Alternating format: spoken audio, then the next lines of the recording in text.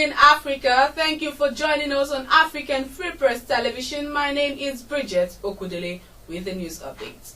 The People's Democratic Party (PDP) yesterday had its national acting chairman Uche Secondus removed by a court order. A judgment by Justice Hussein Baba ordered Secondus to vacate the PDP chairman's seat within 14 days. The court order followed a suit filed by erstwhile Special Advisor to former President Goodluck Jonathan on political matters, Mr. Ahmed Gulak.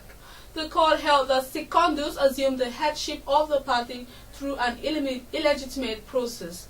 Justice Baba agreed with the plaintiff that the position of the party's national chairman was originally zoned to the northeast geopolitical zone of the country and therefore cannot be occupied by Secondus. Meanwhile, the House of Representatives has expressed concerns over the controversy and implications of fine imposed on one of the major telecoms firms, MTN. The lawmakers also said the process leading to the reduction of the 1.40 trillion naira fine by the federal government was not satisfactory. The House Standing Committee on Communications said the process was flawed on the grounds that the National Assembly, that is constitutionally saddled with the power of the purse, was excluded from being part of the process. Besides, the committee regretted that the fine and the accompanying error in its multiple reductions has dealt a huge blow to the country's image among the Committee of Nations, with uncomplimentary remarks and about the error at the international fora. The committee also expressed reservations over the 6.2 billion naira budgeted for subscriber identity module card registration, out of which the commission said it has spent about 3.5 billion naira.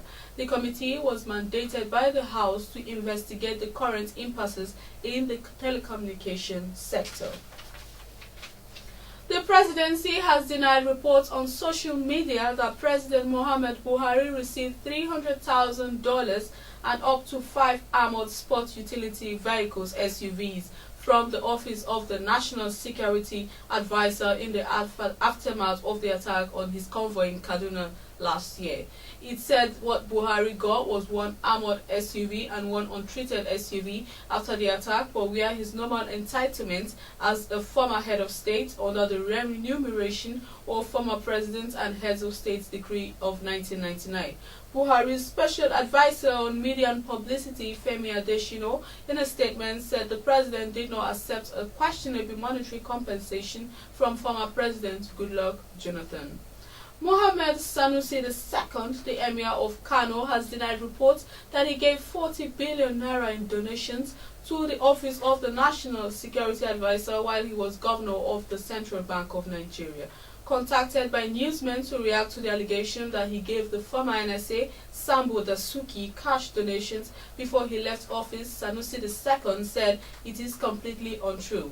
He went further to state that he understands the laws of the money laundering as a criminal offense, and as the chief regulator of Central Bank, he was charged with ensuring the institution put an end to money laundering. Meanwhile, the Emir noted that this is partly why he started the Cashless Nigeria project and why he started the BVN project. He vehemently said he would never authorize that money of cash to be moved to the office of the NSA or to anyone, even if it was in their accounts. He also denied reports that he was being considered for questioning by the Economic and Financial Crimes Commission (EFCC) with regards to the alleged disbursements. Meanwhile, the former National Security Advisor, Colonel Sambo Dasuki, retired, former Governor of Sokoto State, Atahiru Bafarawa, and ex-Minister of State for Finance, Bashiru Yuguda, were yesterday remanded in the custody of the Economic and Financial Crimes Commission (EFCC), pending the hearing and determination of their bail applications today. They were arraigned before Justice Peter Afen of the Federal Capital Territory High Court for money laundering allegations and criminal breach of trust of 19 billion naira.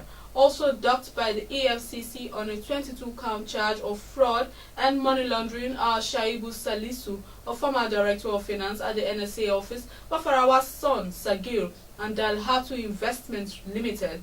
They all pleaded not guilty to all the charges, but hearing on their bail applications was adjourned till today. The court ordered their remand in the EFCC custody. Justice Afen had on Monday granted leave for the EFCC to prefer charges against the accused persons and their companies after holding that the proof of evidence has established a prima facie case against them. The former Nigerian Minister of Petroleum, Mrs. Denziani Alison Madueke, has strongly stated that all transactions made under her tenure went through due process, as against insinuations that she looted $20 billion. She made this known in London during an interview session with the CEO of Ovation magazine, Mr. Dele Momodu. Mrs. Madueke explained that virtually all the transactions in respect of which allegations of corruption are being leveled against her went through due process, and that the group managing director of NNPC was actively involved in ensuring that the best international practices were maintained. She added that her involvement in the conclusion of these transactions was limited and that some of the contracts had been executed before she became Minister of Petroleum Resources. She noted that in some other cases she only got details after the contract had been concluded.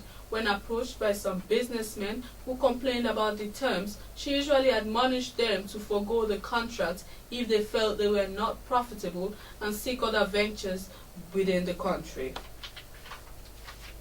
Meanwhile, in the foreign scene, Saudi Arabia announced to the world Tuesday that 34 nations have agreed to form a new Islamic military alliance, combining some of the largest Muslim military forces around the world under a joint operations center based in the kingdom's capital, Riyadh.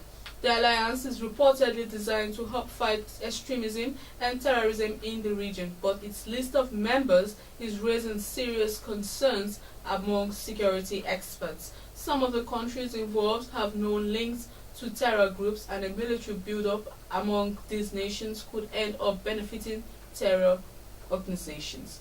Included in the massive alliance, for example, is Sudan, which has been listed by the U.S. State Department as a state sponsor of terrorism for the past 22 years. The country is known to support and even finance the terror group Hamas. Republican presidential hopefuls sparred over how to stop the so-called Islamic State, ISIS, in the first debate since attacks in California and Paris.